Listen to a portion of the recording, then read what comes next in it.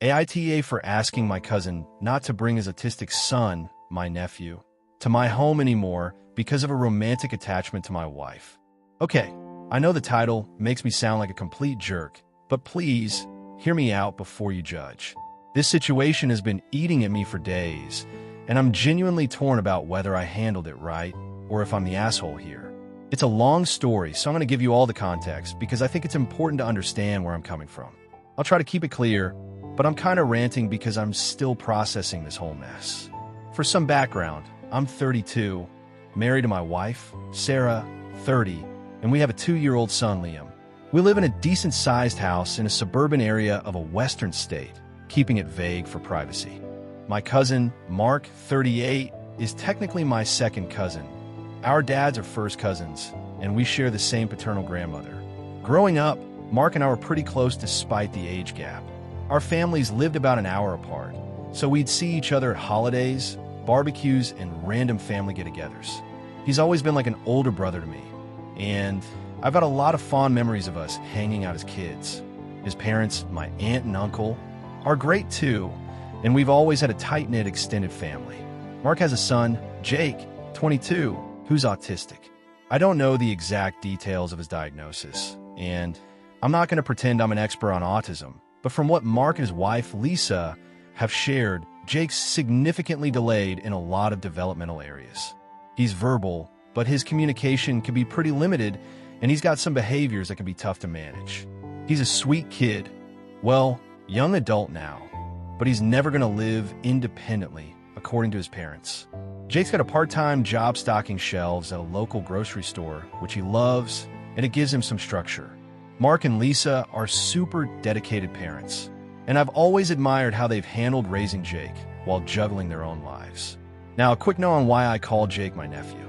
I know it's not technically correct. Genealogy-wise, he's my third cousin or something, but in our family, we don't get hung up on that stuff. Where I grew up, it's totally normal to call younger relatives nephew or niece if they're a generation below you, especially if you're close. Same way we might call a close family friend aunt or uncle. It's just how we roll, and I didn't think it'd confuse anyone, but I've seen some comments online pointing it out. So there you go. Moving on. So, here's where the story starts. About 3 years ago, before Liam was born, Mark and Lisa were visiting our state to explore some job opportunities. They're from a neighboring state, but Mark's company was opening a branch here, and he was considering a transfer. They stayed with us for a long weekend, since hotels are expensive and we've got a guest room. It was the first time they brought Jake along for a visit in a while, and it was great to catch up. Jake was 19 at the time, and he seemed to really take to Sarah. Like, really take to her. He'd follow her around the house, want to sit next to her at dinner, and just kind of light up whenever she was around. Sarah's a naturally warm person. She's a pediatric nurse, so she's got that caring, gentle vibe, and she was super sweet with Jake. She'd chat with him, ask about his job, and just make him feel included. At the end of that visit, Jake did something that caught us off guard. He drew this picture of a heart with crayons. He loves drawing, and picked some flowers from our front yard, then gave them to Sarah and said, "I love you." It was super sweet, honestly. Sarah smiled, gave him a hug, and said something like, "Ah, Jake, I love you too, as your aunt. I bet you'll find a great girl to fill your heart someday." Jake got this serious look and said, "No, you're my girlfriend." We all kind of laughed it off, thinking it was just a cute moment. Mark and Lisa didn't seem fazed. They said Jake sometimes gets fixated on people he likes, and it usually passes. Sarah and I didn't think much of it either. I mean, I thought it was kind of funny, like, wow, my wife's got a fan club already. We didn't see them again for a while after that, so it wasn't a big deal. Fast forward to this past weekend. Mark and Lisa were back in town, still scoping out job opportunities, and now seriously considering relocating. Their company's branch is doing well, and Lisa's got a lead on a job here too. They asked if they could stay with us again, and we said sure. Jake came along, and we were happy to host them, though I'll admit I was a little nervous about how things would go with Liam around now. He's a toddler, so he's a handful, and Sarah's been stretched thin balancing mom life and work. Still, we figured it'd be fine. Mark and Lisa are family, and we wanted to support them. From the moment they arrived, though, I noticed Jake was really focused on Sarah again. Like more than last time. He'd hover near her in the kitchen while she was making coffee, try to follow her when she went to change Liam's diaper, and just generally wanted to be in her orbit. Sarah was her usual kind self, but I could tell she was a little uncomfortable with how intense it was. She'd gently redirect him like, "Hey Jake, why don't you tell me about your job?" Or, "Can you help Mark set the table?" But he just keeps saying things like, "I want to sit with Sarah," or, "Sarah, come play with me." It was starting to feel less like a cute crush and more like an obsession. On Saturday night, things escalated. We were all in the living room after dinner. Sarah was holding Liam, who was getting fussy because it was close to his bedtime. Jake kept trying to get Sarah's attention, asking her to look at a drawing he'd made. She was trying to juggle Liam and be polite, but you could tell she was overwhelmed. Mark and Lisa noticed and stepped in, telling Jake, "Hey buddy, Sarah's busy with Liam right now. She can't play." Jake got visibly upset. His face turned red, and he started raising his voice, saying, "No, Sarah's my girlfriend. She should be with me." It wasn't a full-on meltdown yet, but it was loud enough that Liam started crying, which stressed Sarah out even more. She got up to take Liam to his room to calm him down, and Jake immediately stood up to follow her. This is where I got worried. Mark grabbed Jake's arm to stop him, but Jake was pulling hard, repeating, "I need to go with Sarah." Lisa was trying to calm him down, saying, "Jake, it's okay. Sarah needs to take care of Liam." But he wasn't having it. I stood up and positioned myself in the hallway to block it, just in case Jake got past Mark. I wasn't trying to be dramatic, but I didn't know how he'd react, and my first instinct was to protect Sarah and Liam.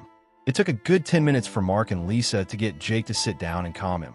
He was crying, saying stuff like, "Sarah doesn't love me anymore because of the baby."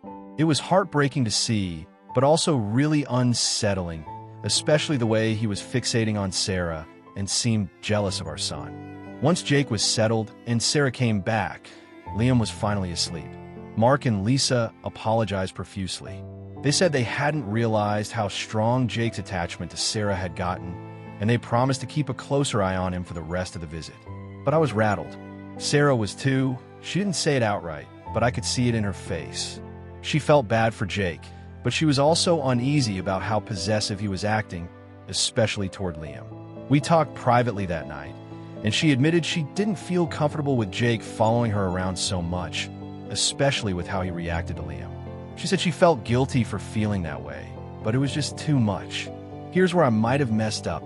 The next morning, I pulled Mark and Lisa aside while Sarah was out with Liam at the park. I told them I needed to be honest. I wasn't comfortable with Jake's behavior towards Sarah, and I knew she wasn't either. I said it wasn't just the crush. It was how possessive he was acting, and how he seemed jealous of our son. I told him I didn't think it was safe or fair to Sarah and Liam to have Jake in our home until he could better understand boundaries, and that Sarah wasn't his girlfriend. I tried to be as gentle as I could, but I was firm. I said I was sorry, but I thought it'd be best if they got a hotel for the rest of their stay, and that going forward, if they needed to visit for job stuff, they should leave Jake with someone they trust to care for him. I emphasized that we love Jake and want the best for him, but we had to prioritize our family's safety and comfort. Mark and Lisa didn't say much. They just looked really sad, nodded, and went to the guest room to pack. Jake was confused and kept asking why they were leaving, which made me feel like absolute crap. They left for a hotel that afternoon, and we haven't talked since. I figured they needed space, and honestly, I needed time to process too. Then yesterday, my paternal grandmother called me. She's 85, sharp as a tack, and doesn't mince words. She said she'd heard from Mark's mom, her daughter, about what happened, and she thought I was wrong to kick them out. She said I should have been more understanding of Jake's condition and that Mark and Lisa are doing their best. She told me family sticks together, and I was being too harsh. I tried to explain my side, that I was worried about Sarah and Liam, but she just kept saying I needed to apologize and make it right. That call left me second-guessing myself big time. I've been replaying the whole thing in my head. On one hand, I feel like I did what I had to do.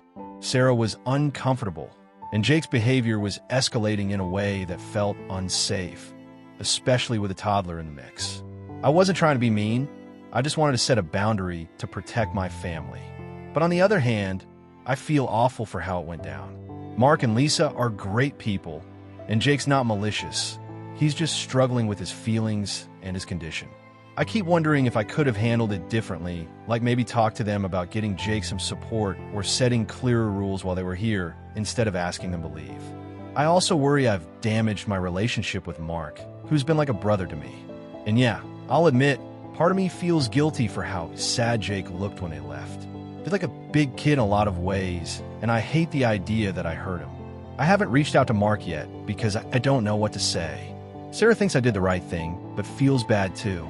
She's been quiet about it, and I can tell it's weighing on her. My parents have stayed out of it so far, but I'm dreading the next family gathering when this might come up. I saw a couple of vague posts on my aunt's Facebook about family loyalty, and I'm pretty sure they're about me, which sucks. So, Reddit, aita for asking my cousin not to bring Jake to our house anymore. Did I overreact, or was I right to prioritize my wife and son? I'm open to hearing all perspectives, even if you think I'm a bad guy here. I just want to figure out how to move forward without making things worse. Edit. Thanks for all the responses so far. Honestly, I didn't expect so many people to weigh in, and I really appreciate the perspectives, especially from those of you who've shared experiences with autistic family members. I wanted to clear up a couple things since I've seen some questions in the comments. First, about the nephew thing. Yeah, I know Jake's technically my third cousin, I think. Like I said, our family doesn't get hung up on the exact terms. I call him my nephew because he's younger, and it's just easier. It's a cultural thing where I'm from. Same reason I call my best friend's mom Aunt Linda, even though we're not related. Sorry if it confused anyone. Second, some people asked if I was jealous of Jake calling Sarah his girlfriend. Honestly, no. The first time it happened 3 years ago, I thought it was kind of funny and sweet. I was surprised he had a crush at all, given how childlike he can be. This time, though, it wasn't about jealousy. It was about how intense and possessive he was acting, especially toward Liam. I didn't know how far it could go, and I wasn't taking chances with my wife and kid. Third, I don't know exactly what Mark told my grandmother, but I'm trying not to assume the worst. I don't want to call them up in a huff and make things worse. I'm planning to reach out to Mark soon, once we've all had a little time to cool off. I really do want to stay close with him if we can work through this. Thanks again for the feedback. I'm reading everything, even if I can't reply to every comment.